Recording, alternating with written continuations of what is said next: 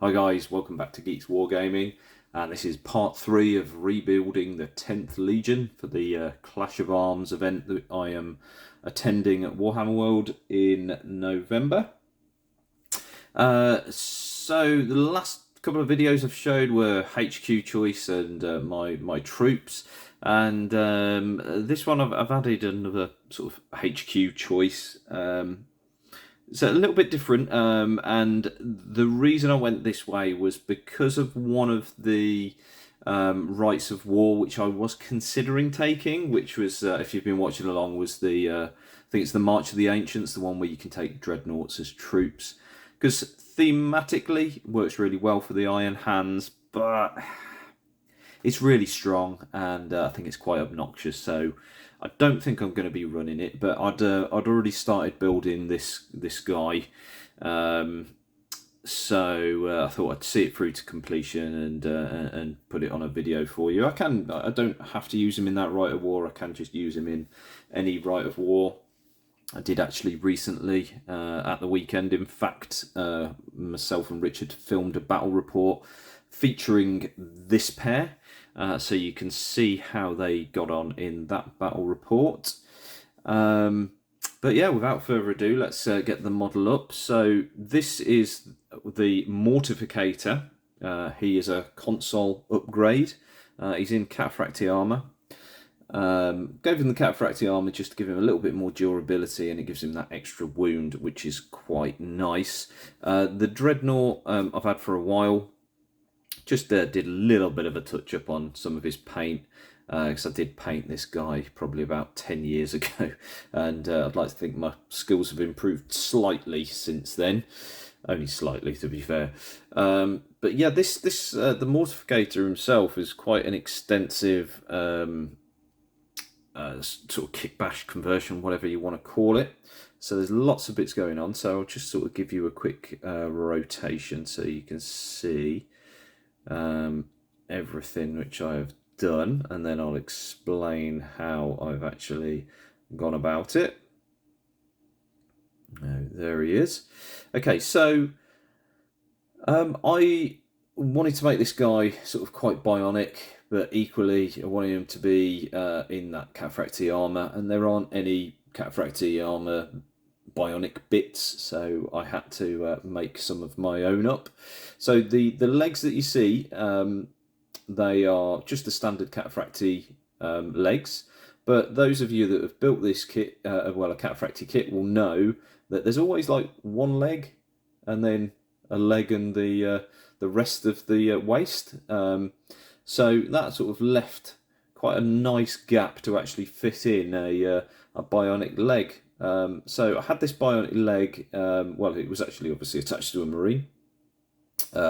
It was attached to who was it attached to now? It was the Deathwatch Iron Hands dude. Can't remember his name. I didn't actually get the game. I bought the guy separately off eBay years and years ago, and it's just been sitting in my pile of shame. So I used some of the bits of him to do the Moritat, which you've already seen in the video in part 2. So I thought, well, as he's being a bit of a donor, then I'll take his leg, and it fit just about perfectly with the height of the Cataphractii leg.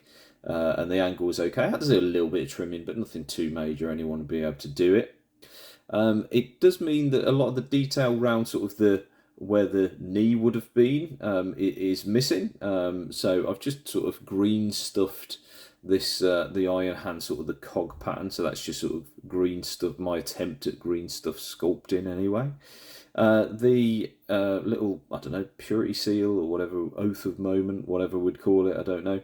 And this little doodat on his waist, they're actually from the 40k Iron Hands upgrade kit. So just put them on. And then again, these sort of waist piece here, whatever you'd call that.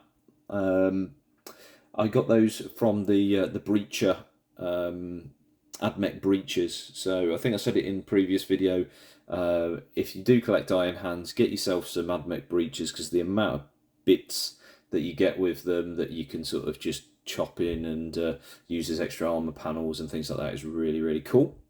And that's what I did here for his sort of waist. If we could just about see that, see if I can get it focused. There we go.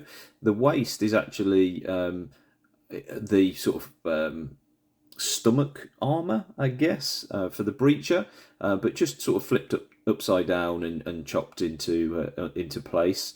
And then the top half, so his sort of chest, his arms, they are actually from the it was a limited edition Forge World character. I think he was a siege breaker. Richard's actually got him and uses him as the siege breaker. He's got the sort of thunder hammer. But I actually chopped him in half and used his legs on a different conversion because that's what I do. So I had this sort of the top half lying in the bit spots, not doing anything. So yeah, I thought, oh, that would marry up quite nicely with this. So yeah, put that on there. The head is again from the guy that donated this leg. So you know he's almost complete. He's just got a different set of armor on, really, hasn't he? Then all the sort of the tubes that you see around here that I've done. So these they're actually green stuff, and I used the Green Stuff World roller to create those. So first time I've ever done it, and yeah, results were really good. Really happy with how they came out. So I'll definitely be using that. You get, I think it's 3 or 4 sizes in the kit, so definitely handy. This is just a bit of flexible wire that I use on a lot of my my conversions, so just put that on there. And then this sort of staff, it's what's it called now? It's called something strange. It's basically a like a power weapon type of stave, but it's also got the haywire special rule. And obviously the model doesn't exist, the weapon doesn't exist, so I thought, well, I'll just sort of cobble something up. So this is off the breacher, again, breacher kit. It kind of looks like something that would produce some kind of shock charge for haywire for me. This was the breacher torsion beam cannon bits there. I think that was still part of that same cannon, which I've just sort of stuck together in a slightly different order. There's a pin running all the way through this, and then just attach that cable there. The stave, the bottom half of the stave is actually from a tech priest, and I'd used sort of the top half of the weapon on a different conversion, so had that. So just pin this all the way along. So that made quite a unique looking weapon, which I'm really happy with how that turned out. Then the servo arm. So this character, he actually comes with the standard loadout that a console would have. So it's a combi weapon and a power weapon. But then it says when you upgrade him to the Mortificator, he gains a servo arm and he gains this staff. So I'm not sure if that's a typo, if this replaces the power weapon, or he should have a power weapon as well. Don't know. Comments down below. Let me know. Let me know your thoughts on that one. But yeah, the servo arm. This is quite a substantial bit of sort of kit bashing, and I'm going to start with the section here because, again, this is one of the things where a lot of people that want to put servo arms on this type of armor or any type of armor, it's usually getting this type of connection, which is really tricky for people. And I think this fits absolutely perfectly. And again, this is part of a breacher. So the part which I've trimmed down to make this part here, these two sort of groin protectors, this is just the front. So this is the part where there'd be like the tank tracks coming round. So just cut that off and stuck it on there, and it's just perfect size. So there's actually 2 of them, so both sides I've sort of stuck together. You can just about see the line in the middle. So yeah, that was sort of the perfect sort of place to stick that. Then the servo arm itself was built up of this is the breacher, the small arm. which usually got a flamer or a stubber. So just cut that off that little elbow joint there. These are just some pistons that you get from general sort of admech kits. There's always some kind of piston in. I can't remember exactly. Again, it might even be off the breacher kit. And then this elbow is also part of this arm. So just put this piston inside to make it longer. This is off one of the what are they called? Iron Striders. And it's the really long taser lance. So again, just cut down, put it there, and then stuck on the end of it the breacher's crushing claw, whatever it's called, I can't remember. So yeah, just stuck that on the end, and I think that makes a pretty cool looking servo arm. The I don't know, hydraulic ram in the centre, that is actually a plasticard rod. So just a couple of different sizes, just sort of glued together to make that sort of piston type of thing there. And then this would have been, I don't know, again, some part probably off this arm that I've just trimmed down just so it's got something there to look like there is a sort of a rotation in the arm. So that is him. I've also, for the observant of you out there, I've made him a bit taller. I thought if he's got to be walking around with a dreadnought, I wanted him to be a slightly more imposing character.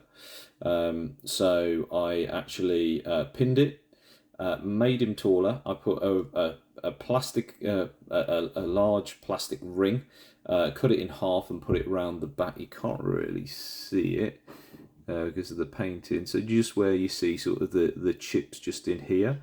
So the top part there is actually plasticard, and then to give it a little bit more of this sort of plated detail, I've just put some green stuff around there as well, just to give it a couple of layers of armour, and it just makes him quite a bit taller. He's about the same height as a Primaris Marine now, so taller than a normal Cataphractii, so he does actually look quite imposing. I am intending in doing a squad of Morlocks, as I've mentioned in previous videos, and I think I'm going to sort of true scale those, so to speak, because I quite like the way that this actually looked.